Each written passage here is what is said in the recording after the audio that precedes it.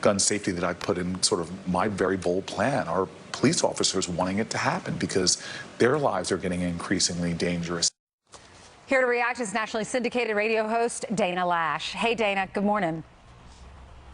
Good morning. Long standoff, and some Democratic hopefuls wasting no time making it seem political. News headlines 24/7, channel 115. We are back with a Fox News alert. A gunman in custody after 6 cops were shot in an hours-long standoff, and some Democratic hopefuls wasting no time making it seem political. The failure of Congress, however, the United States Congress, to act on passing smart gun safety laws is the issue. The voices you hear calling for the kind of gun safety that I put in sort of my very bold plan are police officers wanting it to happen because their lives are getting increasingly dangerous. Here to react is nationally syndicated radio host Dana Lash. Hey, Dana, good morning. Good morning to you all. What did you make of some of these Democratic candidates? You have Kamala and you have Cory Booker making this political in the first, hour. Even with this, officers were shot, 6 officers were shot, and this guy is still inside, holed up in the house.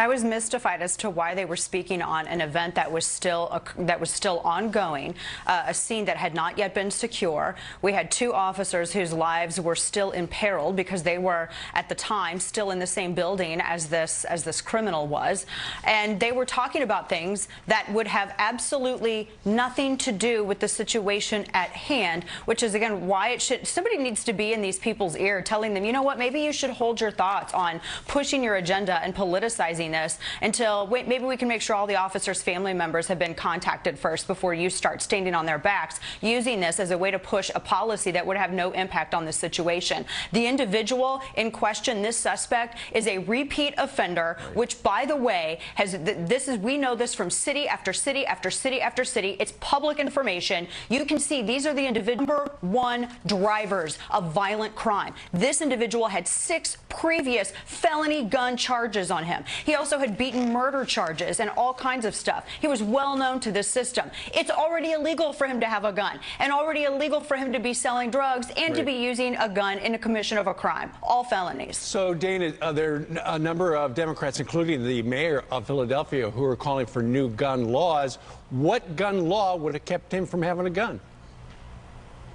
Yeah, that's the million-dollar question. I mean, are we going to make something illegaler? What law are they talking about passing in order to make something more criminal than it already is?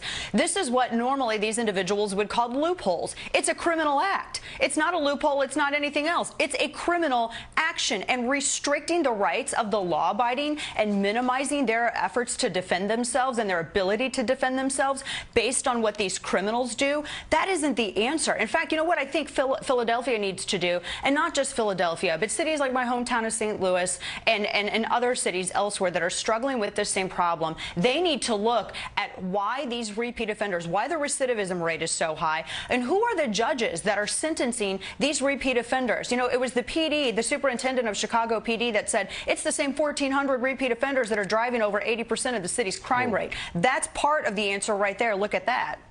Dana, Texas.